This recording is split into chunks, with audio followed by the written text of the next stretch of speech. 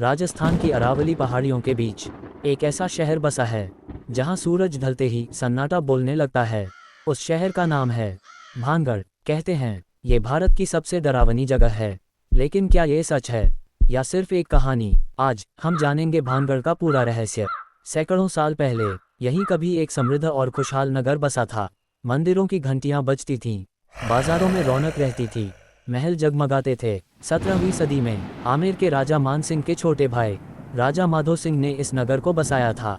ऊंचे किले, भव्य द्वार, मजबूत दीवारें। भानगढ़ सिर्फ एक किला नहीं, एक पूरा जीवित शहर था।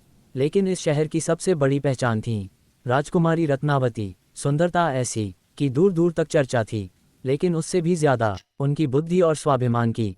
कई राजा विवाह प्रस्ताव लेकर आए, सोना, चांदी, हीरे, सब कुछ भेंट किया गया।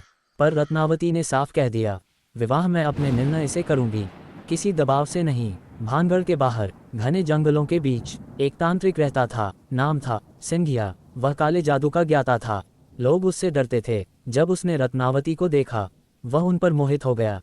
लेकिन वह जानता था राजकुमारी कभी उसे स्वीकार नहीं करेगी, और तभी उसने जादू का सहारा लिया।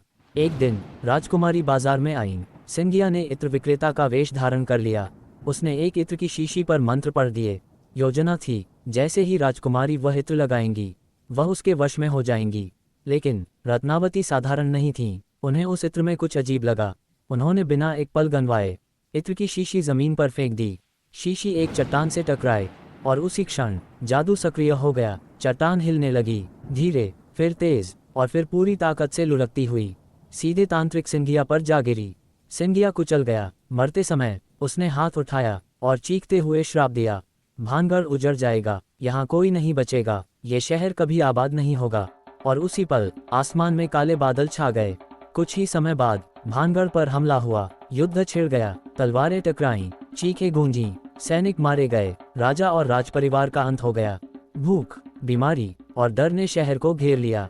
लोग अपने घर छोड़कर भागने लगे। कहते हैं चूल्हों पर खाना अधूरा रह गया, मंदिरों में पूजा अधूरी रह गई, और एक ही रात में भानगढ़ वीरान हो गया। समय बीतता गया, लेकिन ये शहर दोबारा कभी नहीं बसा। घर आज भी अधूरे हैं, किसी भी मकान की छत पूरी नहीं। स्थानीय लोग कहते हैं जो भी छत बनाने की कोशिश करता है, उसकी मृत्यु हो जाती है।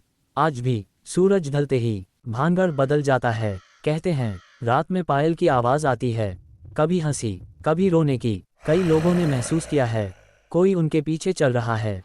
कुछ लोग बेहोश हो गए, कुछ डर के मारे भाग आए।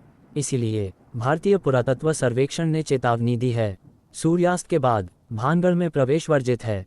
तो क्या ये सब श्राप है या इतिहास का एक दुखद अध्याय?